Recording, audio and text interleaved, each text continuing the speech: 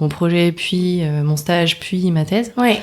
J'ai travaillé directement avec des chirurgiens. Ouais.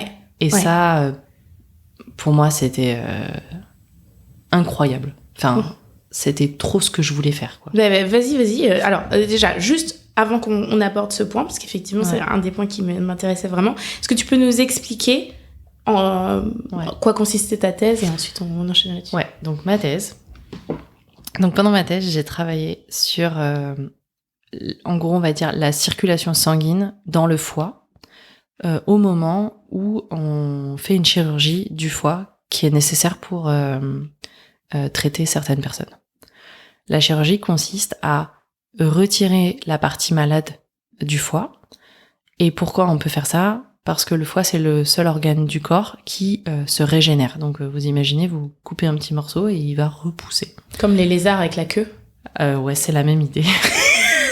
Je n'avais pas pensé à cette analogie, mais elle est pas mal. Ouais, c'est un peu l'idée.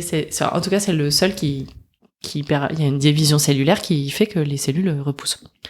Le problème avec cette chirurgie, c'est que le foie, c'est en gros l'usine de votre corps qui va filtrer le sang qui arrive de tout ce qui est organe digestif, donc notamment le sang qui est très riche en nutriments de ce que vous avez mangé en fait. Donc le foie, c'est un organe spécifique parce qu'il a on appelle ça une double perfusion. Il reçoit du sang du cœur comme tous les autres organes et il reçoit du sang des organes digestifs qui doit être traité, filtré. Donc vous imaginez une usine qui prend ce qui va pas, le transforme et remet dans le sang. Donc il a une double perfusion en entrée et une seule sortie, comme tous les autres organes. Donc quand on coupe, le cœur, c'est une pompe, ça s'adapte, donc il va envoyer moins, mais les organes digestifs, eux, ils ont toujours la même quantité de sang qui doit être filtré. Le truc qui est un petit peu compliqué et qui est pas hyper bien compris, c'est que le fait que, en gros, on a ouvert le robinet plus grand, c'est ça qu'il faut avoir l'idée, pour la taille de l'organe restante, ça déclenche le fait que l'organe va se régénérer. Donc c'est important qu'il y ait des changements au niveau de la circulation sanguine, mais si les changements ils sont trop importants ou pas comme il faut, ça va mener à une mauvaise régénération ou des complications qui font que la personne qui était malade, elle est pas mieux parce qu'en fait, son organe est trop petit pour filtrer le sang qui arrive des organes digestifs. Donc ça, c'est le contexte médical dans lequel j'ai travaillé. Et l'idée du projet, qui était ambitieux, c'était d'avoir un modèle mathématique qui puisse prédire les changements pour différentes personnes. Parce que ce qui se passe, c'est qu'on pourrait penser qu'on laisse toujours une certaine taille et ça marche, mais en fait c'est pas vrai. Dans ce qu'on observe, il y a des personnes à qui on laisse un tout petit morceau et tout se passe très bien, et d'autres personnes à qui on enlève qu'un tout petit bout et ça se passe pas très bien, il y a des complications chirurgicales. Donc l'idée finale, c'était de prédire pour telle personne je peux enlever tant et pour telle personne faut pas. Ce qu'on a un peu fait, parce que je pense qu'en recherche on n'arrive jamais avec la solution, mais on peut mettre son grain de sable, même pas une brique, un grain de sable sur la maison. C'est de mieux comprendre ce qui se passait et comment on pouvait le modéliser avec des équations. Donc il y a plusieurs parties dans le travail. Il y avait une partie comprendre le problème biologique, les choses qui étaient les plus importantes pour les docteurs. Ensuite, il y avait le mettre en équation, donc ça c'est ce qu'on appelle faire de la modélisation. Là, il y avait des choses qui existaient dans la littérature, donc des personnes qui avaient déjà travaillé, on peut s'inspirer, on adapte à notre problème. Et après, il y avait, une fois qu'on a les équations, il faut les résoudre avec l'ordinateur. Donc ça, c'est encore une autre partie du travail. Et puis après, il y a une espèce de boucle. Une fois qu'on a réussi à faire ça, on obtient des premiers résultats. Il faut les comparer aux expériences ou aux mesures expérimentales qu'on pourrait avoir. Et à partir de là, on recommence. S'il faut changer le modèle, Mais t'as une rétroaction, quoi. Ouais, c'est ça, en fait. Il faut adapter. S'il nous manque un mécanisme, il faut l'ajouter, etc. Et après, il y a peut-être une dernière étape que j'ai moins faite. C'est exactement calibrer le modèle à la personne ou à l'expérience donnée. Donc, c'est ce qu'on appelle faire de l'estimation des paramètres. Et donc, ça, c'est encore une autre branche. C'est pas les statisticiens qui font ces choses-là, non? Non, pas forcément. Ah ouais, une estimation de paramètres? Ouais, en fait, estimation de paramètres, c'est très large. Ouais. Tu peux le faire en statistique, mais tu peux le faire en déterministe. D'accord. C'est-à-dire, dans ton modèle, tu as les inconnus et ils sont calculés par rapport à tes équations et tes paramètres. Ouais. Et le problème inverse, ça consiste à dire, je connais la solution, je connais le modèle parce que je l'ai choisi et je cherche les paramètres. Et donc ça, c'est aussi de l'estimation de paramètres. Tu peux utiliser des méthodes statistiques, tu peux aussi utiliser des méthodes pas statistiques. D'accord, ouais. Et donc du coup, est-ce que tu devais lire de la littérature médicale? En fait, je pense que je sais pas si je devais, mais moi je l'ai fait. D'accord. Je l'ai fait, toute la connaissance que j'ai sur le foie, elle vient de mes échanges avec les chirurgiens avec qui j'ai travaillé et des papiers que j'ai pu lire sur la question. Après, en 3 ans, tu te formes en fait, c'est pas... Tu révises des trucs et puis Et donc, t'es allé sur le terrain, t'as assisté ou pas à une opération? Ouais, j'ai fait ça. Tu me racontes ça? Je pense que ça, c'est... Je l'ai fait pendant le projet, en fait. D'accord. C'est-à-dire le projet chirurgie... Enfin, il y avait un projet de chirurgie, donc peut-être je rajoute des informations. Oui. Le but des chirurgiens, à la base, c'était de concevoir un dispositif médical qui pouvait réguler la circulation sanguine qui venait des organes digestifs pour adapter à la taille du foie et donc faire un changement suffisamment important pour qu'il y ait régénération, mais pas trop important pour pas qu'il y ait des problèmes. Donc ça, c'était le but. Donc pour faire ça, il y avait de la chirurgie animale. Donc ils ont opéré des cochons pour tester le dispositif. Et donc quand je suis arrivée en projet, ils ont fini cette série d'expériences. Donc j'en ai vu une. Une opération sur un cochon. Voilà. D'accord. À ce moment-là. Et ça m'a plu, quoi. Je pense que j'ai bien aimé voir, comprendre, poser des questions, voilà. Et après, ils ont obtenu un autre financement où là, on a pu décider ensemble de qu'est-ce qu'on voulait exactement comme mesure. Donc là, j'ai obtenu plein de mesures. Ce qui était peut-être un petit peu trop, mais bon, c'est pas grave. Et là, j'ai assisté à pratiquement toutes les chirurgies.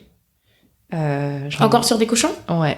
J'en ai fait 16 ou 20. Ah oui, d'accord. Ouais. Et donc là, j'y allais, j'ai installé tout le matériel d'enregistrement des courbes. J'avais compris que, en fait, les chirurgiens, ils sont toujours en train de faire un truc, et donc ça fausse les signaux. Donc j'avais compris que j'avais besoin du signal à un certain moment, puis à un certain moment, puis à un certain moment. Donc à ce moment-là, je disais, vous touchez plus à rien, levez vos mains. Donc là, ils touchaient plus à rien. Je récupérais 2 secondes de signal. Comme ça, j'étais sûre que ce signal était propre, etc. Donc là, j'ai vraiment... j'ai une partie de ma thèse, ça a été récupérer des mesures propres pour pouvoir ensuite les utiliser. Donc il y avait un vrai intérêt que tu sois sur le terrain, oui. etc. quoi. En fait, ça, je m'en suis rendu compte super vite. Et je pense, je sais pas, faudrait lui demander, mais le chirurgien avec qui... donc, il faut peut-être un peu remettre dans le contexte. Les chirurgies, ça se passait à Tours. Moi, j'habitais en région parisienne. Donc, j'y allais pour la journée. C'est pas très loin, mais bon, voilà. Donc, j'arrivais, on commençait à 8h du matin et on finissait vers 14-15h et on mange pas. On sort de la salle, mais pas souvent. Et voilà, eux, ils sont habitués et nous, on s'habitue. Mais c'est une expérience, je pense. C'est vraiment... ça m'a fait voir qu'est-ce que c'était le métier de chirurgien. Du coup, j'ai aussi eu l'occasion d'aller au bloc opératoire à l'hôpital parce que Pour des humains, du coup. Ouais, alors j'ai pas vu la même chirurgie que celle qu'on faisait chez l'animal, mais j'en ai vu une autre. Et ça, c'est juste parce que à ce moment-là, j'étais là et il m'a dit tu veux venir voir, on est en train de faire ça justement. Il me demande mon avis et donc je me suis retrouvée au bloc comme ça. Tu t'es pas évanouie? Et en fait non. Mais il faut savoir qu'il vaut mieux avoir mangé. C'est vrai? Ouais. Parce que je pense que ça impressionne beaucoup. Et qu'en fait, je suis restée 2 minutes et j'ai dit, je vais t'attendre dehors. Parce que j'avais pas mangé, je m'étais levée à 6h du matin et qu'il était 14h et que j'en pouvais plus et que c'est quand même un peu impressionnant. Bah ouais, quand même, ouais. Donc, non, mais ça fait découvrir le monde de la chirurgie digestive. En tout cas, je prétendrais pas, c'est pas de la chirurgie cardiaque. Je pense que toutes les spécialités chirurgicales sont différentes. Ah, c'était un chirurgien digestif. Ils sont spécialisés. Eux, les personnes avec qui j'ai travaillé, ils opèrent essentiellement le foie. Parce que du coup, la chirurgie digestive, je pense que c'est une spécialité. Et après, on peut se spécialiser sur différentes chirurgies. Et eux, ils faisaient essentiellement de la greffe et l'hépatectomie, donc qui est retirer la partie malade. Oui, c'est vrai que j'aurais pu commencer par te demander expliciter. Oui, hépatectomie, c'est ablation. En fait, c'est pour ablation partielle du foie. D'accord. Et donc, ça consiste à retirer une partie, la partie malade de l'organe. D'accord. Et hémodynamics, c'est l'évolution des flux du sang, je suppose. Ouais, en fait, c'est un terme en anglais. On n'a pas d'équivalent en français, je dirais, mais c'est la dynamique sanguine. Ouais. Et donc, ça consiste à dire flux et pression, en fait, sanguine. Et du coup, il y a un truc... est-ce que c'était difficile de communiquer? Parce que, j'imagine que vous parliez pas forcément le même langage. Oui, au début. Mais après plein de chirurgie, et ils venaient me chercher à la gare en voiture, donc on avait le chemin en voiture. Après plusieurs semaines, en fait, on se connaissait même bien. Et du coup, je pense que moi, j'ai appris plus de termes pour leur parler à eux, mais ma démarche n'était pas la même que eux. Ils étaient beaucoup plus dans l'attente de mes résultats que l'inverse. Donc, au début, ouais. Après, moi, je me suis beaucoup formée. J'ai fait assez attention à ça parce que Irène, qui était donc ma directrice, elle était consciente de ça. Elle avait déjà travaillé avec des médecins et donc elle savait qu'il y avait des termes qu'il fallait expliciter. Enfin, par exemple, un modèle en biologie, c'est un modèle animal. Donc, quand on dit un modèle, c'est une souris. D'accord. Okay. Enfin, tu vois, ou un rat, ou un cochon. Ouais. Et du coup, quand on parle de modèle, en fait, il faut toujours dire un modèle mathématique ou informatique, parce que sinon, on parle pas de la même chose. Donc ça, c'est l'exemple le plus facile à dire que tout le monde a déjà fait ça, de dire mon modèle. Et tu dis, mais c'est quoi ton modèle? T'as pris une souris, t'as pris des cellules, et toi, t'es là, non, en fait, moi, j'ai pris des équations. Voilà, mais c'est... Moi, je trouve ça vraiment fascinant, ce côté vraiment sur le terrain, quoi. Mais je pense que on avait de très bons interlocuteurs. Ouais. Enfin, on avait des personnes qui étaient OK pour faire ça, quoi. Ouais. Je suis pas sûre que... Enfin, ça marche pas avec tout le monde, quoi. Non, j'imagine, ouais. Et eux, c'est quoi le retour d'expérience que t'as eu, eux, de leur côté? J'aurais du mal à dire. Ouais. Mais je pense que... parce que du coup, bien sûr, on n'a pas répondu à la question. Hein, les personnes ne sont pas toutes guéries. Ça aurait été bien. Mais je pense qu'on a donné des explications de choses qu'ils avaient déjà remarquées. Ouais. Et ça les a confortés ou fait abandonner certaines pratiques.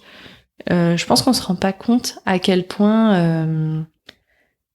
en tout cas, dans ce que moi j'ai observé ou de ce que j'ai compris, à quel point ils doivent réagir à des situations en temps réel qui sont toutes différentes et donc où ils peuvent toujours demander l'avis de leurs collègues s'ils sont là, mais il faut savoir que par exemple les greffes, ça se passe souvent à 4h du matin, donc souvent les collègues ils sont pas là.